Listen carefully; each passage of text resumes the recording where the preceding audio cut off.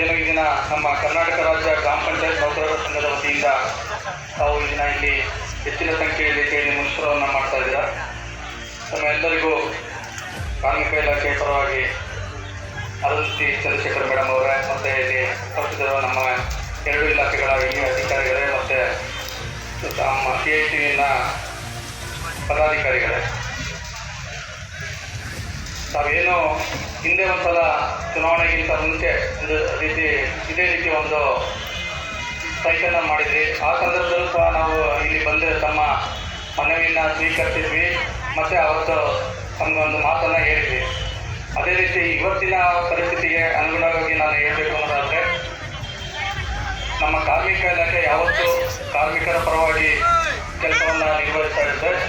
ಅದೇ ಸಂದರ್ಭದಲ್ಲಿ ಏನು ಕಾರ್ಮಿಕರನ್ನು ನೇಮಿಸಿಕೊಂಡಿರ್ತಾರೆ, ಸರ್ಕಾರದ ಇಲಾಖೆಗಳಾಗ್ಬೋದು ಅಥವಾ ಖಾಸಗಿ ಸಂಸ್ಥೆಗಳಾಗ್ಬೋದು, ಅವರು ಸಹ ಅವರ ಒಂದು ಇದನ್ನು ಸಲಹೆ ಸೂಚನೆಗಳನ್ನ ಪಡೆದು ಅಥವಾ ಅವರ ಸ್ಥಿತಿಯನ್ನು ಅರ್ಥ ಮಾಡಿಕೊಂಡು ನಾವು ಒಂದು ಕನಿಷ್ಠ ವೇತನವನ್ನು ನಿಗದಿ ಮಾಡಬೇಕಾಗ್ತದೆ.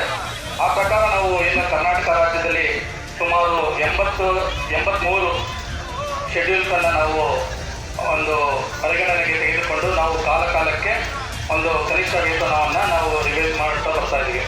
ಅದೇ ರೀತಿ ನಾವು 2022 ಆಗಸ್ಟ್ನಲ್ಲಿ ಸುಮಾರು 34 ಅನುಸೂಚಿಗಳಿಗೆ ಶೆಡ್ಯೂಲ್ಸ್ಗೆ ನಾವು ಒಂದು ಕನಿಷ್ಠ ವೇತನವನ್ನು ನಿಗದಿಪಡಿಸಿದ್ವಿ. ಅದರಿಗೆ ಗ್ರಾಮ ಪಂಚಾಯತ್ ಒಂದು ನೌಕರರ ಏನು ಹೊರಗುತ್ತಿಗೆ ಆಧಾರದ ಮೇಲೆ ಕೆಲಸವನ್ನು ನಿರ್ವಹಿಸ್ತಾ ಇದ್ದಾರೆ ಡಿಫ್ರೆಂಟ್ ಟ್ರೇಡ್ಸಲ್ಲಿ, ಅವ್ರನ್ನೂ ಪರಿಗಣನೆಗೆ ತೆಗೆದುಕೊಂಡು ನಾವು ಒಂದು ಕನಿಷ್ಠ ವೇತನವನ್ನು ನಿಗದಿ ಮಾಡಿದ್ವಿ. ಅದನ್ನೇ ಹೇಳಿದ್ದು, ಎಲ್ಲವೂ ಆ ಶೆಡ್ಯೂಲ್ದಲ್ಲಿ ಬರ್ತವೆ. 34 ಶೆಡ್ಯೂಲಲ್ಲಿ ಬರುತ್ತೆ. ಅದೇ ಸ್ಥಳೀಯ ಸಂಸ್ಥೆದೆ ಅದೇ ಒಂದು ಶೆಡ್ಯೂಲ್ ಮಾಡಿದ್ದೀವಿ. Employment in urban local body and panchayat Raj institution ಅಂತ ಒಂದು ಶೆಡ್ಯೂಲ್ ಇದೆ ಅಲ್ವಾ. ಆ ಶೆಡ್ಯೂಲ್ಗೂ ನಾನು 34 ಶೆಡ್ಯೂಲ್ ನಾವೇನು ರಿವೈಸ್ ಮಾಡಿದ್ವಿ, ಅದರೊಳಗೆ ಇದು ಒಂದು schedule employment in urban local body and panchayat Raj institution ಅಂತ. ಅಂದರೆ ನಗರ ಸ್ಥಳೀಯ ಸಂಸ್ಥೆಗಳು ಮತ್ತು ಗ್ರಾಮೀಣ ಸ್ಥಳೀಯ ಸಂಸ್ಥೆಗಳಲ್ಲಿ ಉದ್ಯೋಗ ಈ ಅನುಸೂಚಿಯೊಳಗೂ ಸಹ ಏನು ಕೆಲಸ ನಿರ್ವಹಿಸ್ತಾ ಇದ್ದಾರೆ ಅವ್ರಿಗೆಲ್ಲ ಒಂದು ನಾವು ಕನಿಷ್ಠ ವೇತನವನ್ನು ನಿಗದಿ ಮಾಡಿದ್ವಿ. ನಂತರ ಕೆಲವು ಯೂನಿಯನ್ಸ್ ಮತ್ತು ಇವರೆಲ್ಲ ಏನು ಈ ನಿಗದಿ ಮಾಡಿರೋದು ಸರಿ ಇಲ್ಲ ಅಂತ ಹೇಳಿ ಮಾನ್ಯ ಉಚ್ಚ ನ್ಯಾಯಾಲಯದಲ್ಲಿ ಒಂದು ಪ್ರಕರಣವನ್ನು ದಾಖಲು ಮಾಡಿದ್ರು.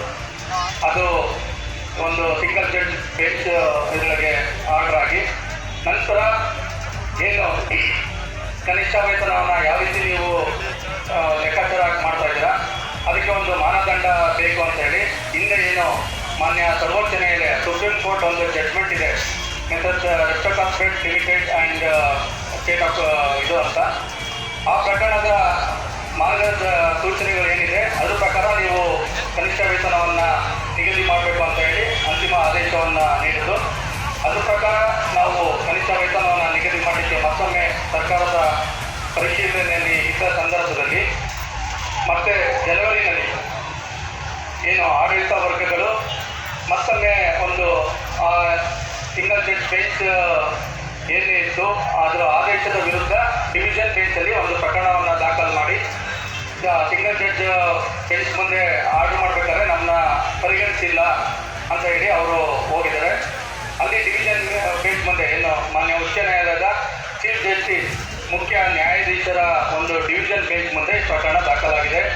ಅಲ್ಲಿ ಇದಕ್ಕೆ ತಾತ್ಕಾಲಿಕವಾಗಿ ಒಂದು ಮಧ್ಯಂತರ ಆದೇಶವನ್ನು ನೀಡಿ ಈ ನ್ಯಾಯಾಲಯದ ಅಂತಿಮ ಆದೇಶ ಆಗೋವರೆಗೂ ತಾವು ಈ ವಿಷಯದ ಬಗ್ಗೆ ಸರ್ಕಾರ ಏನು ಕ್ರಮ ತೆಗೆದುಕೊಳ್ಬಾರ್ದು ಅಂತ ಒಂದು ಮಧ್ಯಂತರ ಆದೇಶ ನೀಡಿದರೆ ಆ ಹಂತದಲ್ಲಿದೆ.